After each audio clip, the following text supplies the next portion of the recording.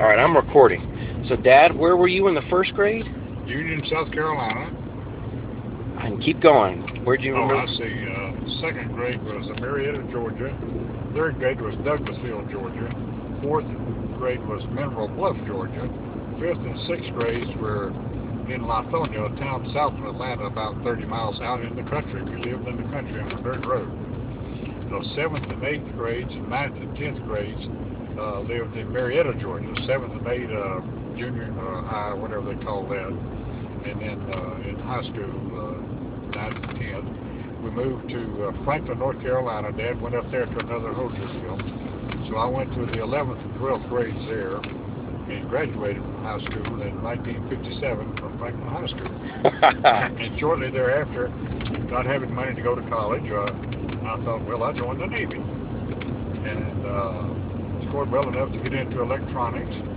Went to Milwaukee area, walking up there for boot camp. From there, I went to San Francisco for 6 months of electronic training. And while there, they pulled my molars. Well, this set me back a week.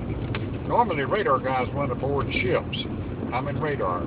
But because I got set back a week, I did think they made a fluke in the orders. But when I came out with our crowd, 15 guys, we all got short duty, even though we were in radar in Hawaii. Nobody wanted to rock the boat about the orders. We just went ahead and fulfilled them, and that worked out good. Yeah. So then, after Hawaii, where did you go? Well, I'll have to think on that one. Let's see. You said you went to Washington, D.C., I think? Or? Yeah, I did. I had gotten involved in a subject which interested me at the time. It was called Scientology. It's still around today. Yeah. And it's controversial for some people, for others it's not.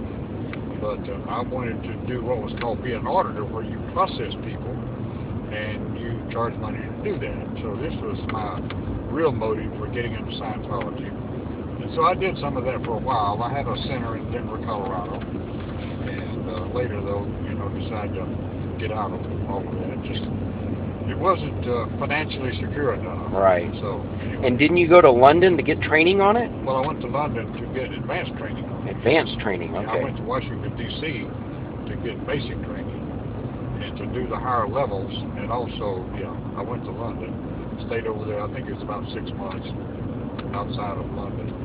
And then for a while you said you went to college. Was that in Nashville or Denver? No, that was, I'm going a blank on it. All right. And, I think you said you took advantage of the GI Bill and were taking 12 hours. That was the minimum to get full GI Bill benefits. And which school was that at? University of North Carolina, Nashville. At Nashville, okay. And well, prior to that, though, I went first to Brevard Junior College. It's now a 4-year school, but I went to my first 2 years, you might say, at Brevard Junior College, for part of all that. Then I transferred to Nashville, and I worked at the Job Corps. I had a job with the federal government, working as a group leader of barracks of about 60 guys in the Job Corps, and this was near Brevard, North Carolina, at a national park center they had there called Schenck, S-C-H-E-N-K, So I did that. So on, went there to, as I mentioned. After the Job Corps, you got into the FAA, I think. Well, yeah, that's where I ended up, applying to get on with the FAA. And somehow I did, so. And where did you go to training for FAA? First, I was assigned to Nashville, the airport in Nashville. This is, I applied in that region. And sector, they called it. A sector had 6 or 8 airports in it. And the headquarters airport was down in Greenville, Greer area, anyway, and so on. So, but I was in Asheville, so I was assigned to work there. Went to Oklahoma City for 6 months of radar training. Came back and went to school there on some other equipments they had there, radar sight and equipment. And a job came open in Hawaii. Puerto Rico, yeah, sorry. And I had worked for the so-called sector manager there in Nashville. He had been transferred down to Puerto Rico as the manager there. So it was easy enough to get a job down there. I was down there and stayed 2.5 years. And then we moved to Florida. Yeah, well, while there though, I worked at the San Juan, Puerto Rico International Airport, and went to training. But we lived in a town about 30 miles out called Fajardo. Right. And we did that to get out of the city and have some fishing and all of this. And there was an island across the way there called Fajardo. We'd go over there and look for seashells. Yeah. Take a boat ride and so on. Anyway, we had fun living there. So that was sort of what that was all about. And then Florida, we went to not Key West, but Fort Lauderdale. We lived in Fort Lauderdale for a little while. Yeah. And then St. Petersburg and Tampa. Well, yeah, we went to Tampa. We lived in St. Pete, and I worked at Tampa International.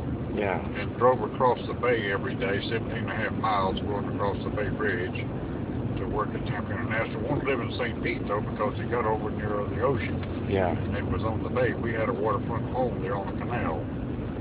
And I bought a offshore 25-foot fishing boat. It had twin inboard outboards in it.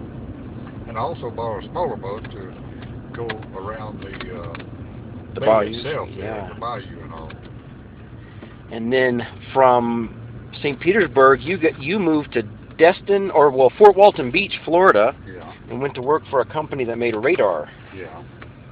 And then from Fort Walton Beach, you moved to Raleigh-Durham area. Right. And I don't know where you worked there because I didn't live with you anymore. That was again the FAA. Oh, okay. Airport there. And then somehow you ended up in Greenville again. I can't sort all that out right now. Yeah. I mean, I could, but I don't want to take the energy. Yeah. Well, thanks for sharing your life story on camera with me, Dan. All right, very good. I'll catch you a little later with that. Pick up on it.